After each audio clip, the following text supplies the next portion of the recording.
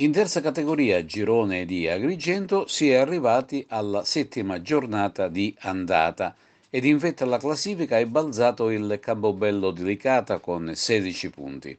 La scorsa domenica la compagine campobellese ha surclassato di reti la malcapitata Quisquinese, che sino a quel momento era leader della classifica generale.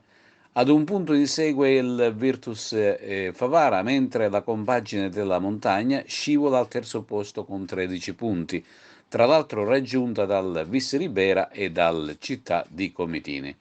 Si risveglia il Prise, che supera il Cianciana per 3-1, mentre continua la serie negativa per l'Atena di Agrigento, che è stata superata dal Reale Unione per 4-2.